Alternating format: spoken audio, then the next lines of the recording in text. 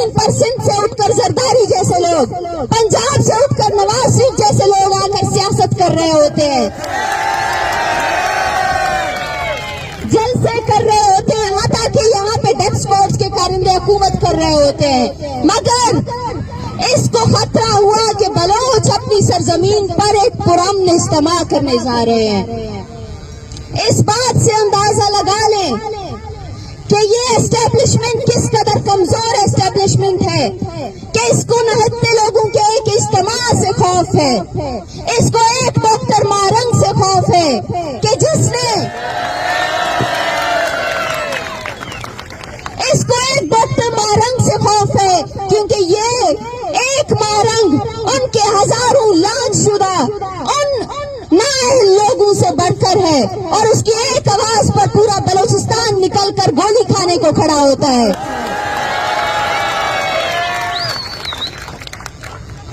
इस सियासत को इस बात का फर्क समझ आना चाहिए कि ये हमारे पुरअमन सियासत के पुरअमन रहनुमाओं को मुतनाज़ा बनाना छोड़ दे, हमारे लोगों को निशाना बनाना छोड़ दे, क्योंकि ये पेशावर सियासतदान नहीं है, क्योंकि हमारे लीडरान पेशावर सियासतदान नहीं है कि तुम उनके खिलाफ बकोगे तो हम तुम्हारा यकीन कर लेंगे। इस धरती को मालूम है कौन इसका मुखलिस है कौन नहीं है।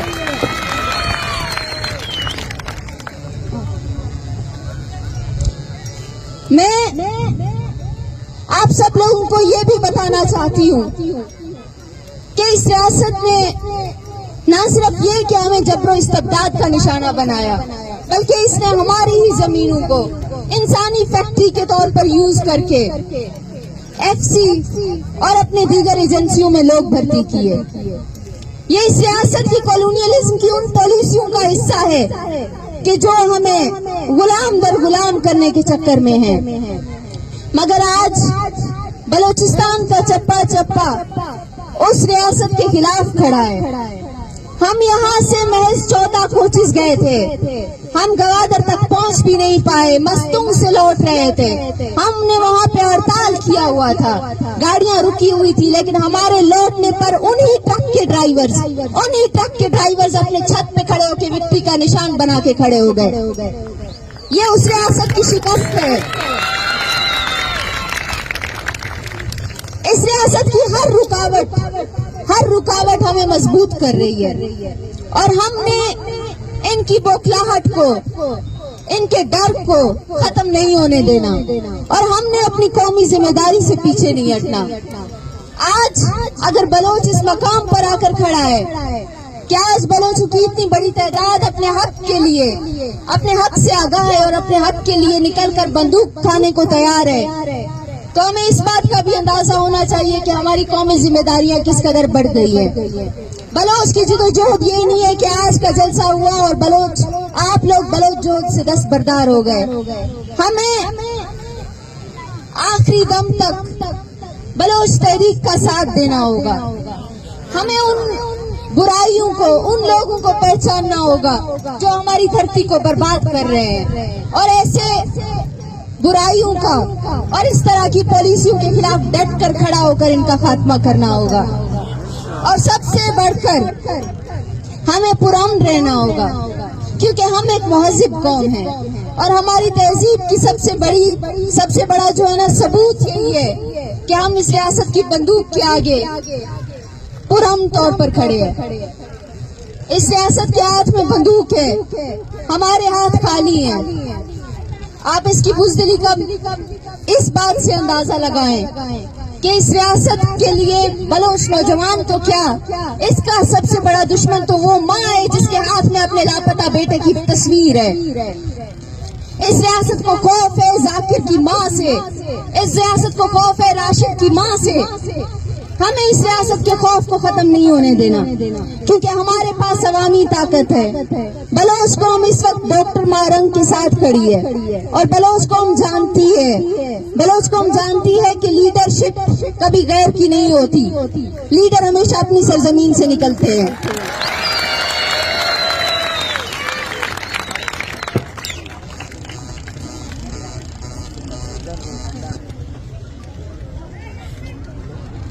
हम देखते हैं कि ना सिर्फ पाकिस्तान में बलोच कौम बल्कि मुताद्दिद दीगर कौमें रियासती जबर का शिकार हैं। सिंध में सिंधी, वजीरिस्तान और खैबर पख्तूनख्वा में पश्तून रियासत के इसी तरह निशाने पर हैं जिस तरह बलोच सरजमीन पर बलोचों को निशाना बनाया जा रहा है। ये दुनिया की हकीकत है कि मजलूमियत का रिश्ता सबसे बड़ा रिश्ता होता है। इसमें कौमों की तफरीक नहीं आती। हम बलोच ना सिर्फ अपने हकूक के लिए जोद और मज़ाहमत का राह इख्तियार किए हुए हैं, बल्कि हम उन तमाम अक़वाम के साथ खड़े हैं, उन तमाम अक़वाम के साथ इखलाकी तौर पर खड़े हैं कि जो अपने हक के लिए, अपने बका के लिए, अपनी नस्ल कुशी के खिलाफ खड़े हैं।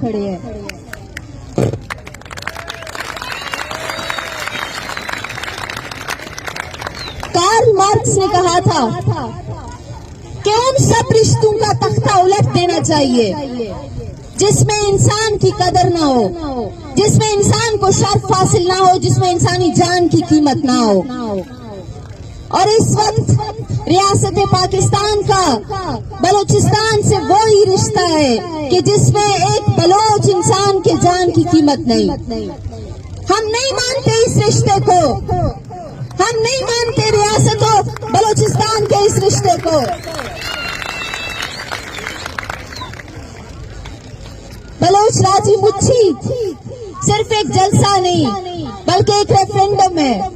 हर उस पॉलिसी के खिलाफ, हर उस ग्रुप के खिलाफ, हर उस जमीर फरोश के खिलाफ, हर उस फरमाबरदार के खिलाफ जो रियासत के साथ खड़े होकर इंसानों को मरता हुआ देख रहा है।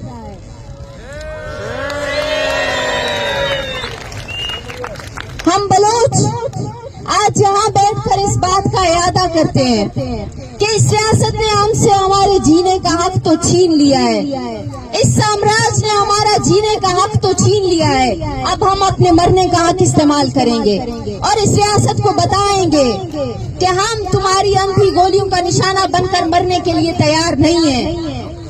हमारा खून पानी नहीं है, हमारा हर इंसान उसी कदर कीमती है जिस कदर किसी भी अशराफिया का बच्चा कीमती हो सकता है। हम इस बात का भी इरादा करते हैं कि बलोच ना सिर्फ अपने हीरोज का एहतराम करता है बल्कि आज के बाद से बलोच का हर विक्टिम भी उसका हीरो है और अपने उस हर विक्टिम के लिए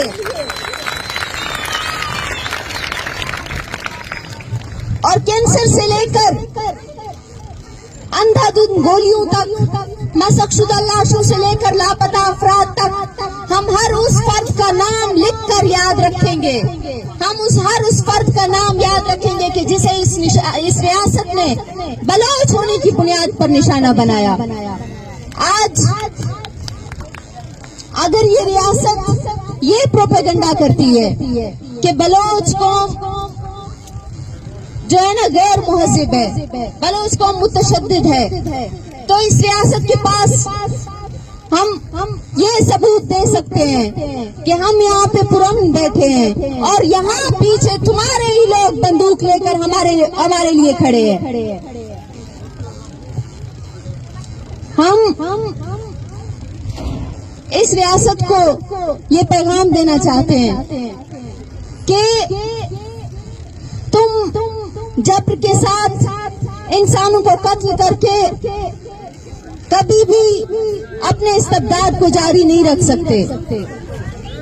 बलोच अपनी आखिरी सांस तक अपनी कौमी जोद के लिए काम करता हुआ तुम्हारे हर जबर की मुखालफत करता है।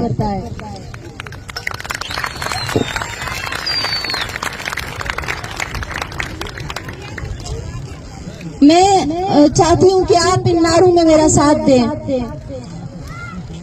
दरिया सिंध ता मकरान, दरिया सिंध ता मकरान, दरिया सिंध ता मकरान, मकरान का डीजी खान,